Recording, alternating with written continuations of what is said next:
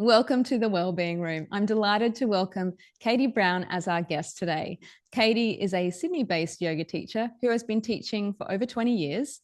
Not only does she teach yoga, but Katie is a devotee of relaxation techniques, which she has honed throughout her years of teaching and working as a yoga teacher and massage therapist. Katie is passionate about helping more people experience the life-changing health benefits of guided relaxation, and teaches enjoyable, relaxing classes with practices that can be weaved into daily life to ease stress and tension. I say, sign me up, please. I want to be there.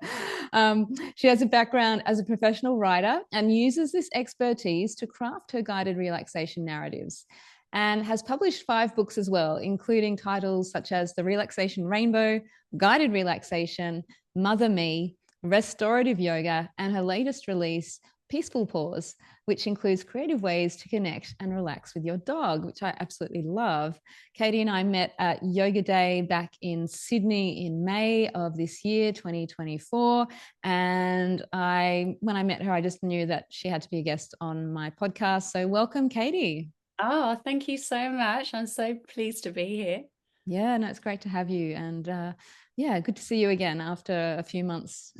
Absolutely. Yeah. Time goes fast. It does. It does. Excellent. So we're just going to get straight into it. So first up, you've been teaching for over 20 years now, which is, a substantial amount of time. I'm curious, can you tell us how you first came to practice yoga all those years ago and what led you to become a yoga teacher? Yeah, actually rewind many, many, many years. And I actually found a book in a library when I was at school. Oh, And it wow. was Lynn, gosh, I can't even remember her son, Lynn Marshall's Everyday Yoga. And I'm 14, and it really resonated with me and I loved it. And then I kind of did that whenever I could. And then I ended up going to uni, and then I became a journalist. I worked on a really busy daily newspaper in the UK with 3 editions. I had a very stressful kind of lifestyle, and I kind of lent into the yoga, but it wasn't really until I then emigrated to Australia. And I ended up finding yoga classes in my lunch hour. And at that point, I was working on a magazine, a national magazine, again, weekly, lots of deadlines, high pressure, all kinds of things going on in the background. And I just loved the yoga. I didn't think for one moment that I would end up being a teacher of yoga. But I used to kind of be a bit of a serial course taker. When I was in London, I ended up doing an aerobics instructor course, which is quite funny, really. The only thing I really enjoyed was the cool down at the end. Then I ended up doing a massage therapy course, and of course I love being massaged, but didn't like having to give all these massages.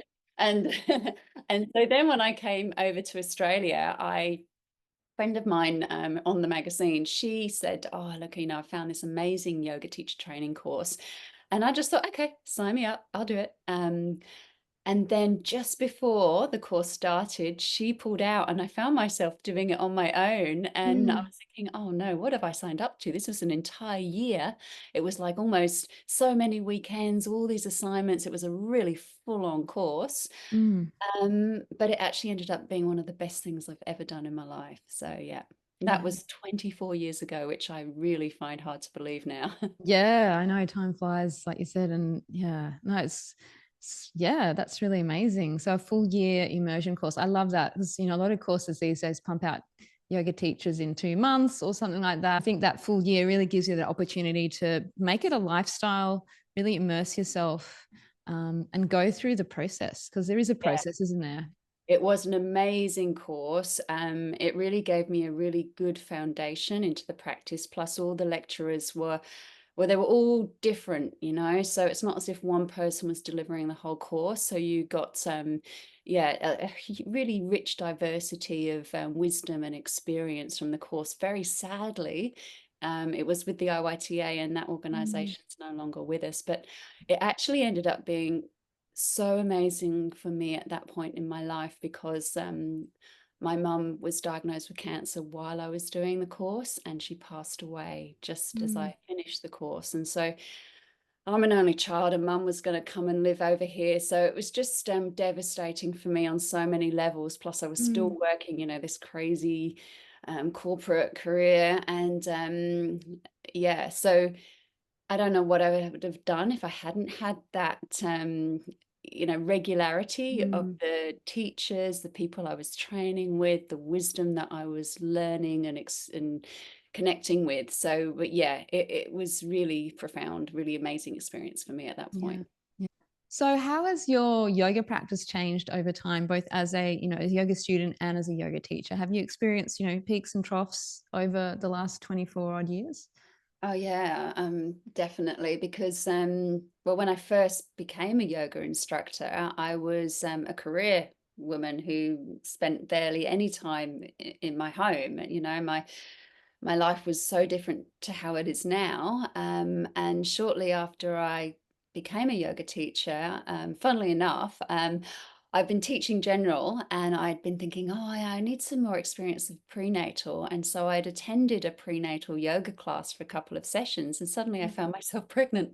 So, so I was like, oh my God. Yeah, so It works. then, yeah, I know. So be careful if you go to prenatal and you're not pregnant. But anyway, yeah, so I found myself pregnant, and so then I became a new mum. But I had only lost my mum just a few months prior, and so at that point in my time, I was kind of bereft, really, to be honest with you. I'd suddenly, at home within these walls with a new baby, without my mum, and I really lent into the practice then. And I think that's really when I kind of first found restorative, because when I was pregnant, actually, I ended up teaching that the woman that I covered for, or what I was teaching with the prenatal, she ended up moving away. So I found myself inheriting this prenatal class while I was pregnant.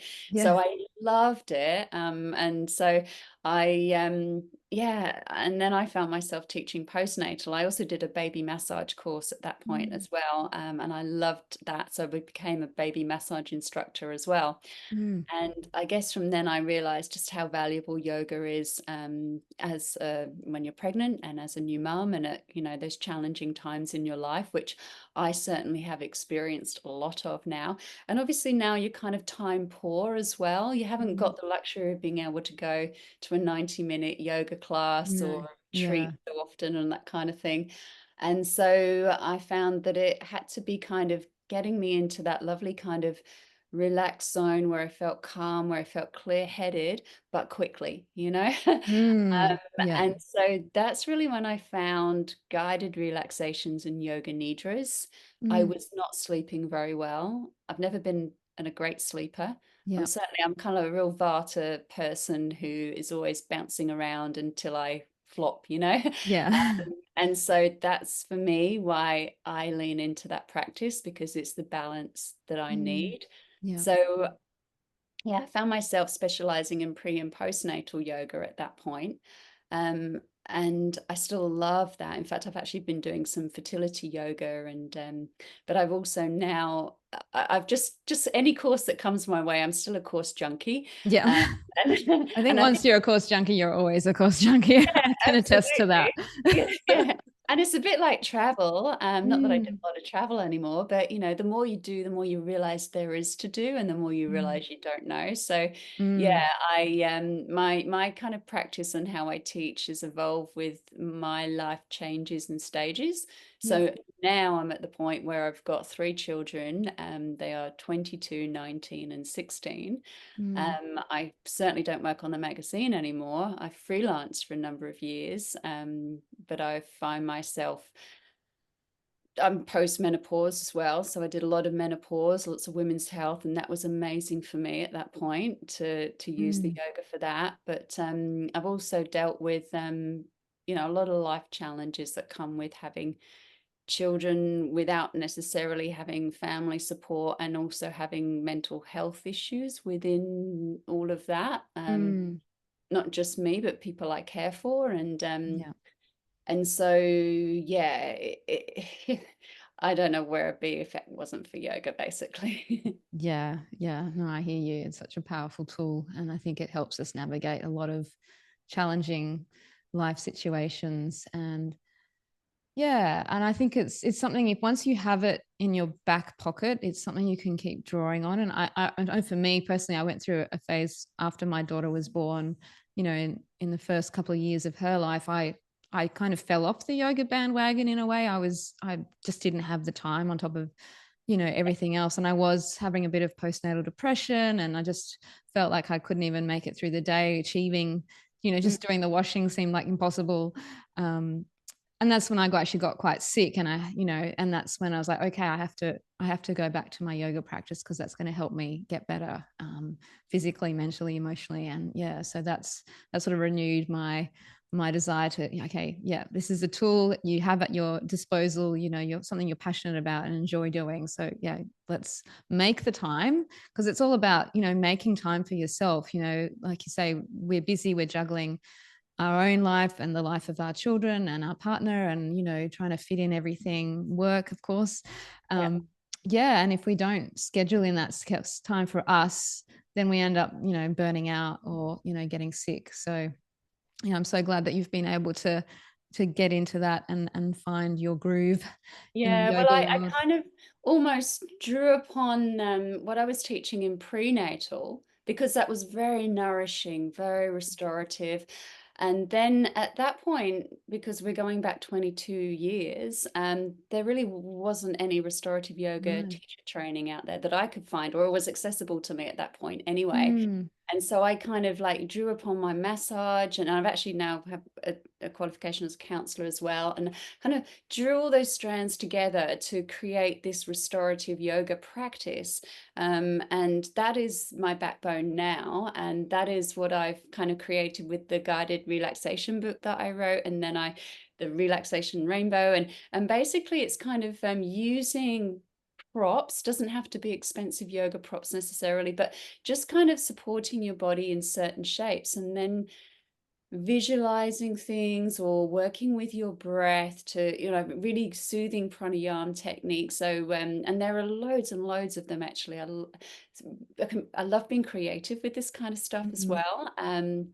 I need to have a hook to focus my mind on, otherwise my head will, thoughts will start coming all over the place. So to do a kind of a classic meditation practice for me doesn't actually work. mm, But what does work for me, and that's what I've actually kind of done when I did this book here, which is guided relaxation, and it's basically breathing practices and scripts and themes and relaxations to really help you kind of come into the parasympathetic nervous system, mm, that state of healing, rest, because and the more you do that, the easier it is to kind of get into that state, and that becomes your default.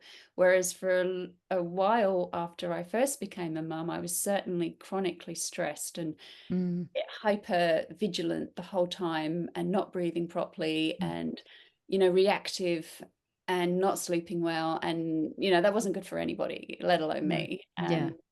So now I've kind of, because I guess I've practiced for so many years now, and I've made it something that I sink into, um, I can get into that state fairly quickly, even Mm. though it's not really my natural state.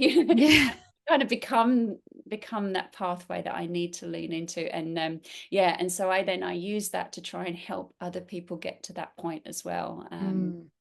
Yeah. So for tonight, for example, I'm doing a full moon yoga nidra with a slow flow, some sound healing. I love writing relaxation. So I've got a new one tonight, which is Ripples of Release, that I Oh, kind of wow. wrote while I was lying there myself thinking, oh, what do I need to do? I feel this tension in my neck. I'm just going to imagine that it's going to just soften and ripple like a little soft Mm. pebble in a pond that, spreads outwards. And just I love kind of doing things like that, and connecting with nature, and then getting people together as well, that kind of Mm. thing. Yeah, so Yeah. that's what I do now, and I love kind of creating my own little classes and the relaxations and all that kind of thing. Yeah, no, that sounds beautiful. I love that. I love the sound All of that. Yeah. If I lived near you, I would be there. Yeah, good. I hope so. I guess I'm curious, a couple of things. So firstly, when you say, a slow flow class, is that like what is that based off? Because a lot of people, there's lots of different yoga styles you hear about these days. There's like, flow, there's slow flow, there's restorative, there's yin. And, there's a lot of confusion perhaps, or if people aren't really sort of in the know, they don't really know what that means. So I'd love you to sort of maybe just sort of give a quick definition of those different types that and how you teach them maybe, and, just to give people a bit more of an understanding of what those terms mean for you. Absolutely. Yeah, well, for me, slow flow is just when I do my class, it's often not a pure restorative as such, but it will maybe have some little sprinkle and begin with a little bit of slow flow. So it's just releasing the body, just moving with the breath. That's what I really like to do. And it kind of helps people connect with their body, come out of their head and connect with their breath.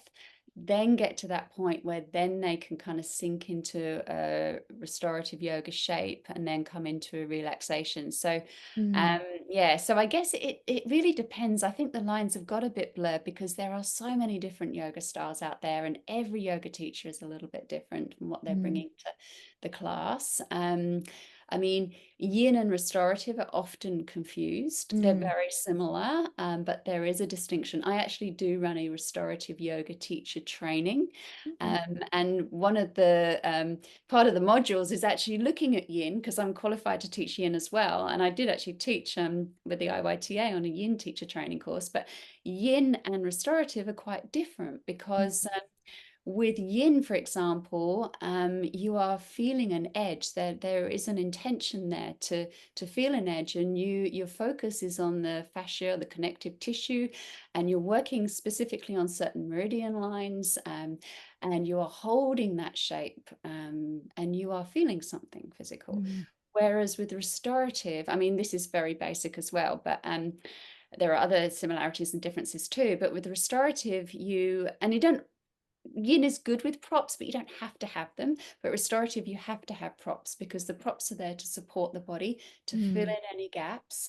And then it's really just to help the body open into a certain shape that then starts to create that pranic energy flow that then you can work with the breath. And the intention is maybe not to feel anything physical at all, but to be able to kind of access that lovely sense of deep relaxation, peace and calm, and focusing on visualization or maybe whatever it is, but it's kind of cocooning yourself up, and it's so it's similar but different, and I think some people kind of put the two together and think they are the same, but they're not. And slow flow, that's kind of, for me, that is just based on asanas in a way, but also kind of general movements that work with the breath. And then you've got things like hot yoga or power yoga, which are kind of certain sequences and, done in a hot environment maybe, or, which are quite strenuous and a bit of a workout. And so quite different. It's almost like comparing hockey to football, it's interesting. Yeah, no, don't want to go to the wrong class thinking you're going to go to a restaurant and suddenly find yourself there, it's yeah, a bit of a rude shock. No, thanks for clarifying that, because I think for me, I practice a Japanese style of yoga, and it's, oh my God, I would say I lean towards sort of a yoga therapy style, but also include some elements. My movements generally flow into each other in a way, but we have rest periods in between. So, but I don't use props. So, for me, that sort of yin practice where you're using the props, or restorative practice where you're using props, I don't teach that particular style. It's quite foreign to me. The idea of just lying there and, sinking into that relaxed state, which is something we do in the yoga I teach, but in a different way, I guess. So, I combine, I guess, the philosophy of yin and yang within a class, but not so much focus on the yin side or the, the quiet, calm side. It's more about just getting energy moving and restoring, chi or prana, and very seasonally based as well, isn't it? Exactly. Which again, you can bring that into the yin and restorative as well, actually, which you do.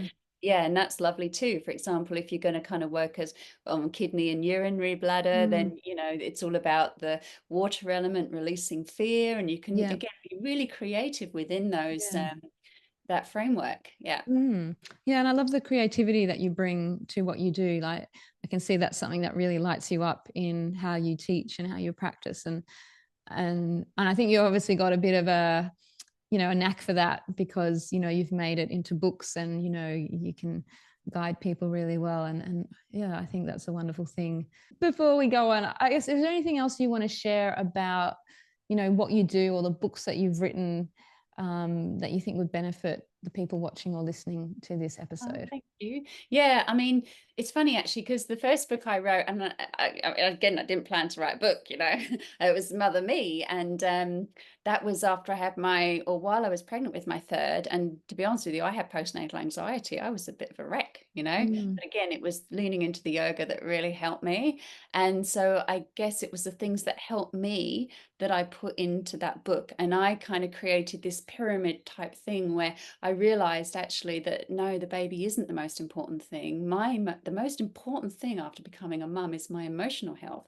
Then it's my mm, physical health. Then it's my baby. Then it's like my relationship. And then, and it kind of goes like that. So yeah, and I actually really, it was a huge project, but I loved doing it because I interviewed people about what was mm, their most challenging thing as a mum. How did they get over it? And, mm. so that kind of came together for me, but it was huge and exhausting. And I thought I'll never do another book again. And then then COVID happened, Yeah. and I just, because I loved writing relaxations, I saw the value in them, so much. And I just thought, you know what, I'm just, yeah, put this book together, Guided Relaxation. And this was really kind of and I recorded every single word as well. So it's like a 30-hour audio book or something crazy. But Yeah. yeah, but it was also for practitioners, yoga teachers who maybe, feel like they need something else in their Mm, class, or they want an idea for running a workshop or whatever. So there were centerings in there, short ones, longer relaxations based on the chakras, that kind of thing. yeah. And I love writing that. And then I did a little chapter with relaxations for children. I thought, oh my God, children need this, and I've Yeah. got 3 kids, and I see how full our calendars are. And so then I had this idea to do the relaxation rainbow, which was and I did a color therapy diploma as well. So, and then the rainbow correlates chakras, which I Yeah. find fascinating, Yeah. so each color has got different benefits. So for example, I kind of did the red is all about kind of giving you that bit of extra kind of strength and confidence if you've got an exam or something to deal with. And then each color kind of takes the reader on a different guided visualization through that Mm, color. And I absolutely love doing that. And I work with very, very good friend of mine, Ruth, who did the illustrations for that, did it for this. We met traveling years and years ago. And yeah. then I had, and then because I do the restorative yoga teacher training, and this actually, this is about to come out, and it's not going to be bound, it's going to be perfect bound, and it's going to be nice and colorful inside. Yeah. But yeah, that's my restorative yoga training manual, but it's a book in itself now. And then I ended up doing this because I've got this Yes. beautiful Springer Spaniel, and when I was teaching, she was loving all the relaxations. So yeah, so I worked with Ruth again. There she is there. That's Yeah. Minty the Springer. And so I put in the massage, the baby massage I do. Minty loves it. So I've kind of Yeah. adapted it to dogs and the acupressure points, and then doing little guided relaxations that people can read to their dogs and also help them to relax, because we all, just being with our pets is such a beautiful, lovely time. And Mm, then this kind of enhances that time that you can spend with your dog. And I know that connection is so lovely. And also dogs are feeling that a lot of dogs seem to have anxiety, especially, yes. people were home and now they're not home so much. And so this is about connection, which I think is another huge part of yoga, Yes. connection to yourself, but to other people and to people around you. So yeah. Yeah, I love that. No, thank you for taking us through your different books. And yeah, I'm going to have to start spending some money, order them all, I think. Oh. No. So with the restorative yoga, I'm just curious, are you currently running courses on that, or is it just the book that you're selling? How does that work? Yeah, I actually just ran a restorative yoga training Mhm. in Bowral, and Mhm. it was lovely. It was so amazing. I hadn't done it for a couple of years because I did it with the IYTA. I wrote the program for them, and Yeah. then that organization, very sadly, after about Mm. 57 years or something crazy, disbanded, unfortunately. And so then I was asked if I would run it, and so I did, and I updated everything, and yeah, I was really, really happy with how it went. It was a really, I tried to write, and I'd love to do more. I'd love to teach more because it's a little bit like a retreat, but you're learning at the same time. And then Mm. everyone goes away and they feel really happy to be able to teach other people. But at the same time, you get the benefits yourself because it's Mm. such a nurturing, nourishing practice. Yeah. So Yeah. it was really lovely. Yeah. Yeah. It's like when you're learning massage, you get to massage each other. Yeah. So you get the benefits as well.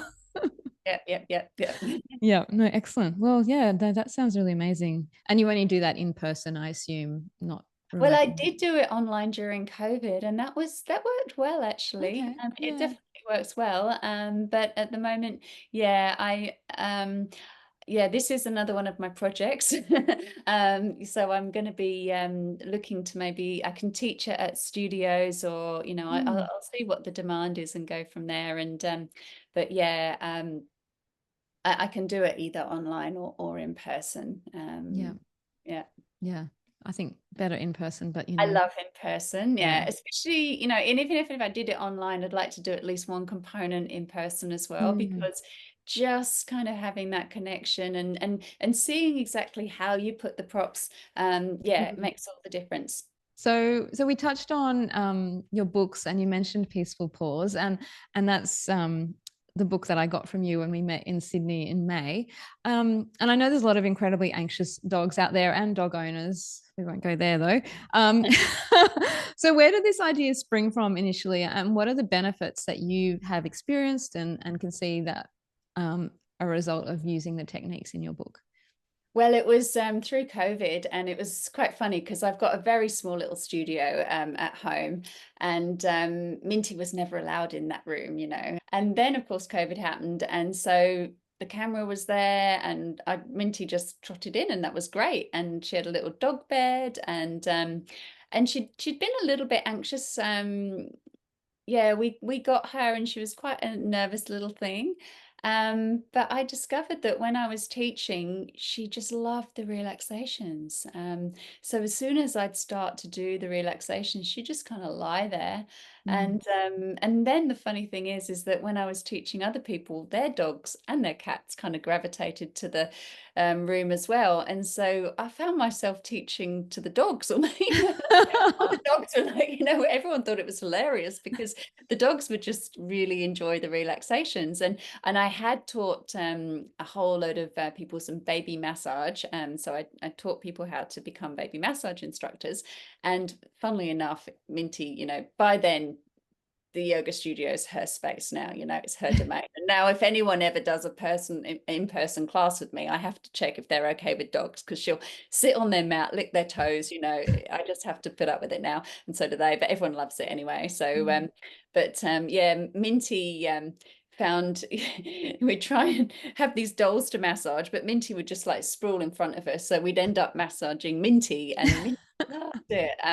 And because I also do a little bit of work with acupressure points in some of the restorative classes that I do, Mm. and I then discovered that there are acupressure points with dogs. Not all of them are at the same spot. Mm. This one is yin tongue. It's just a beautiful kind of little point here just to gently release into, and dogs love that. And then Mm. little one, the gallbladder 20 behind the base of the skull, and Bahway with humans is up here, but with dogs it's down on the lower back. So Mm. there is just some really lovely calming acupressure points for people, but also that work with dogs. So Mm. I was using those for Minty, and she loved them. And then because I'd written the other books, I just thought, oh, that's a really interesting concept.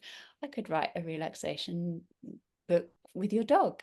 And when I looked into it, I realized actually there wasn't anything else like it. I No. still, there was like, I could find like bedtime story books for dogs, but and this is a bit like that. And they're just kind of easy to read. Anyone in the family can do it, and it just enhances that time that you spend with your dog. And I've had people buy it for their dog's birthday present, which I thought was so cute. And yeah, and I'm going to be at the Sydney Dog Lovers Festival at the Oh, end of excellent. yeah. Yeah. So I'm going to see how that goes. And Minty can come with me, so I'm very Yeah. excited about that. Yeah. No, that's amazing. And it's such a unique market to tap into as well. Yeah. Yeah. But I find myself being very kind of spread out because I've kind of got guided relaxation, which is kind of adults. Got the relaxation rainbow, children. So suddenly I'm fine, and then suddenly a whole load of pet owners. So yeah, Yeah. so I'm all over the place at the Yeah. moment, but Very adaptable. capturing lots of people. Yeah. Yeah, that's right. No, excellent. Wonderful. Well, thanks for sharing that little story about Minty and how the dog relaxation came about. It's such a great book, and I love the pictures. Your artist, your illustrator is great at Yeah, really Ruth capturing. Wellman. Yeah. She's amazing. She's actually doing lots of dog sitting now, and it's kind of given her a whole new lease of life. She's been illustrating loads of dogs for people too. So we want to do the cat one next. Ah, yes. That's it.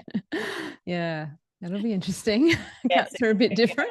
exactly. Yeah, a bit more challenging. I have two cats here, so yeah. Okay.